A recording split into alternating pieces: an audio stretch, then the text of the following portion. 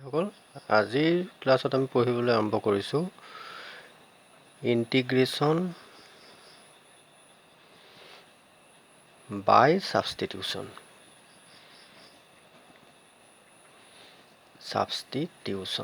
তাৰ নামটোৱেই তাৰ মিনিংটো সাবষ্টিটিউট তোমালোকে সাবষ্টিটিউট কৰিছা আগতে x স্কয়াৰ থাকিলে আমি t লওঁ এইটো মেথড সাবষ্টিটিউশ্যন মেথড বুলি কয় সাবষ্টিটিউশ্যন মেথড সাবষ্টিটিউশ্যন মেথড প্ৰতিস্থাপন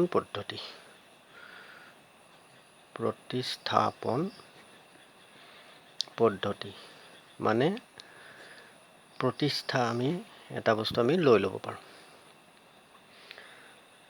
এই প্ৰতিস্থাপন পদ্ধতিটোক ইউ পদ্ধতি বুলিও কয় U method or the reverse chain rule বুলি কয় এই মেথডটো ক'ত ব্যৱহাৰ হয় ইট ইজ ইউজড কেতিয়া আমি ব্যৱহাৰ কৰিম ইন্টিগ্ৰেল এইখিনিতে আহিব আমি আগতে পঢ়া চেপ্টাৰটোৰ কথা তুমি যোৱা মেথছৰ প্ৰত্যেকটো বস্তু লিংক আছে আৰম্ভণিতে পঢ়া চেপ্টাৰটো তুমি এৰি গ'লে নহ'ব প্ৰথমতে আমি যেটো চেপ্টাৰ পাইছিলোঁ সেই চেপ্টাৰটোত ইন্টিগ্ৰেশ্যন পঢ়িলোঁ আমি ইয়াতে আমাৰ কি থাকে ফাংচনটো থাকে তাৰ লগতে কি থাকে আমাৰ ভেৰিয়েবলটো থাকে ইউ বা x integral sin x dx integral cos x dx তেনেকৈ পাওঁ আমি ফাংচনটো থাকিব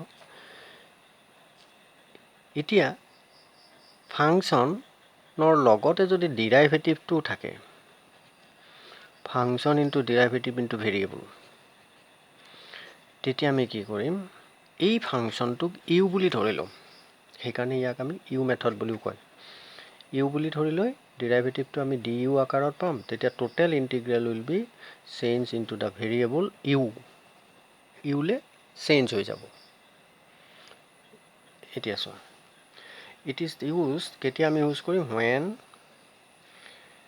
an integral যেতিয়া এটা ইন্টিগ্ৰেল contains some functional থাকিব and each derivative সেই ফাংচনটোৰে দেই each derivative তাৰ অবকলজটো তাৰ লগতে থাকিব লাগিব ইয়াৰ ফৰ্মটো কেনেকুৱা হ'ব ইয়াৰ ইন্টিগ্ৰেল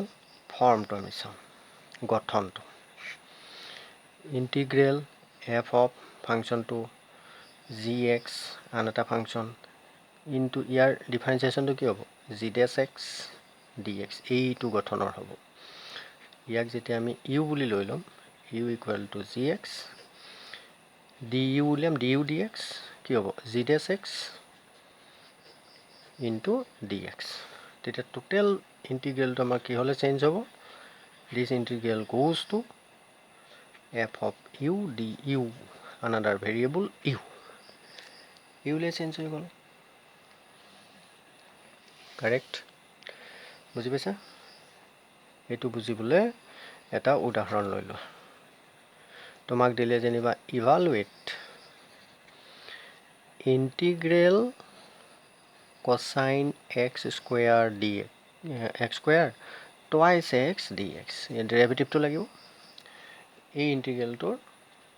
ভ্যালুটো উলিয়াব লাগে কেনেকৈ উলিয়াবা সদায় ইন্টিগ্ৰেলটো চাবা ফাংচনটোত চাবা ফাংচনটোত থকা ফাংচনটোক আমি কিবা ডিফাৰেন্সিয়েশ্যন কৰিলে সেই ডিফাৰেন্সিয়েলৰ ৰিজাল্টটো আমাৰ তাতে আছে নেকি yes x square ডিফাৰেন্সিয়েশ্যন কি twice x গতিকে আমি x স্কয়াৰটোক u বুলি লৈ ল'ম প্ৰথমতে এই গোটেই ফাংচনটোক i বুলি ধৰি লোৱা সলিউশনটো মই দেখাই দিছো let i equal to integral cosine x square twice x dx okay এতিয়া আমি কি কৰিম let u equal to x square therefore du কি হ'ব d dx x square twice x dx therefore I equal to integral cosine u du এইখিনিতে চোৱা কিহৰ differentiation cause integration is the reverse process of differentiation d dx কোনটো ফাংচনক d dx differentiation কৰিলে cos হয় sin of d dx sin x cos x so the result will be sin of u plus constant of integration sin of u value বহাই দিয়া এতিয়া x square plus c correct this is your result এটা so কেতিয়াবা ইয়াত আমাক direct দিয়া আছে কেতিয়াবা তুমি এৰেঞ্জ কৰি ল'ব লগা হয় কেনেকুৱা ধৰা এনেকুৱাকৈ এটা দিলে i টো বুলি লৈ লৈছো i ইন্টিগ্ৰেল একটা ফাংচনকে লোৱা cosine x স্কয়াৰ দিলে যেনিবা তোমাক 6x dx তেতিয়া কি কৰিবা বা 8x দিব পাৰে 10x দিব পাৰে কিবা এটা দিব পাৰে আমি পাইছো x স্কয়াৰ ডিফাৰেন্সিয়েশ্যন কৰিলে কিমান হয় twice x হয় ইয়াত twice x আছে নাই আছে 2 * 3 ইয়াত যে 3 এটা আছে আমি 3 টোক বাহিৰলৈ উলিয়াই আনিব পাৰো property of integration constant বিলাক বাহিৰলৈ আহে cosine x square twice x dx এটা এই পোৰশনটো আমাৰ আগৰটো নিচিনা হল নে ইয়াত আমি x square টো সাবস্টিটিউশন কৰিলে twice x dx পাই যাম সেম তুমি নিজে কৰা এতিয়া u equal to কি হ'ব x square du equal to কি হ'ব twice x dx very simple therefore I becomes I to ইয়াত আহি 3 আহিব cosine u du is equal to 3 times of sin u plus c এটা u value বহাই দিয়া sin of x square plus c correct very simple এতিয়া আমি চাম বেলেগ এটা প্ৰবলেম তোমাক যদি এনেকে দিয়ে ধৰি লোৱা তোমাক দিলে integral evaluate x dx divided by 1 plus x square বুলি দিলে এতিয়া আমি কি কৰিম চোৱা ইয়াত আছে ইয়াত চাবা x dx numerator x denominator 1 plus x square কোনটোক ডিফাৰেন্সিয়েশ্যন কৰিলে এই ফলনটোতে কোনটোক ডিফাৰেন্সিয়েশ্যন কৰিলে তাৰ ৰিজাল্টটো ইয়াতে আছে yes 1 plus x square ডিফাৰেন্সিয়েশ্যন কৰিলে কি হ'ব 0 plus twice x dx twice x মানে x টো আছে এটো এটা ইয়াত লাগে আমাক সো আমাক লাগিব twice x dx টো আমি বেসিক্যালি লিখিছো তাক ডিভাইড কৰি দিয়া 1 plus x square তাৰ লগত সমান হৈ আছে ন সমান চিন দি দিলো কাৰেক্ট যিকোনো নিউমাৰেটৰ ডিনোমিনেটৰক আমি সেম নাম্বাৰেৰে মাল্টিপ্লাই মাল্টিপ্লাই কৰিব পাৰো yes এটো আমাৰ i আছিল ন এতিয়া আমি কি ধৰিম u টো কোনটো লম 1 plus x square টো লম therefore du becomes twice x dx correct therefore I equal to কি হ'ব হাফ আছে integral এটো কি হ'ব twice x dx মানে কিমান du divided by u okay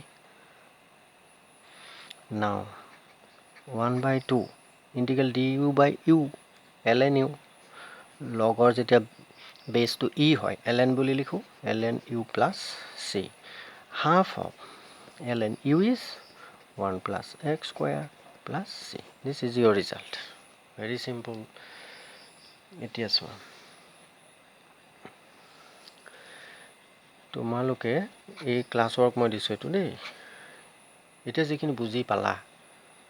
আমি ত্ৰিকোণমিতিক ফাংশন কৰিলে এলজেব্ৰিক ফাংশন কৰিলো কেতিয়াবা ৰুট ওভাৰ দিয়া থাকিব পাৰে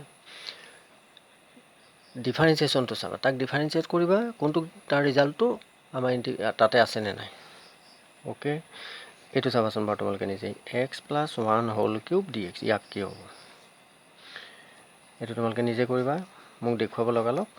ইন্টিগ্ৰেল এটো আমি কিবা এটা লৈ লব পাৰো সে 5x plus 7 whole to the power 5 dx ইয়াৰ ৰিজাল্টটো কি হ'ব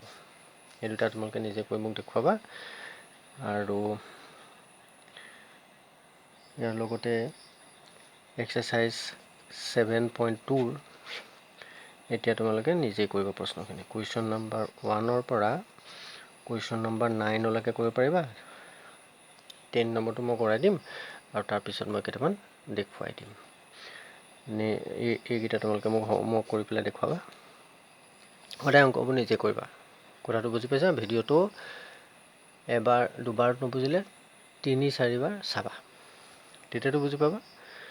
নিজে ট্ৰাই কৰিবা, নিজে ট্ৰাই কৰাটো বেষ্ট, আৰু প্ৰেক্টিছ কৰি থাকিবা। কুৱেশ্যন নম্বৰ 1 পৰা 9 লৈকে কৰি মোক দেখুৱাবা। Okay, thank U.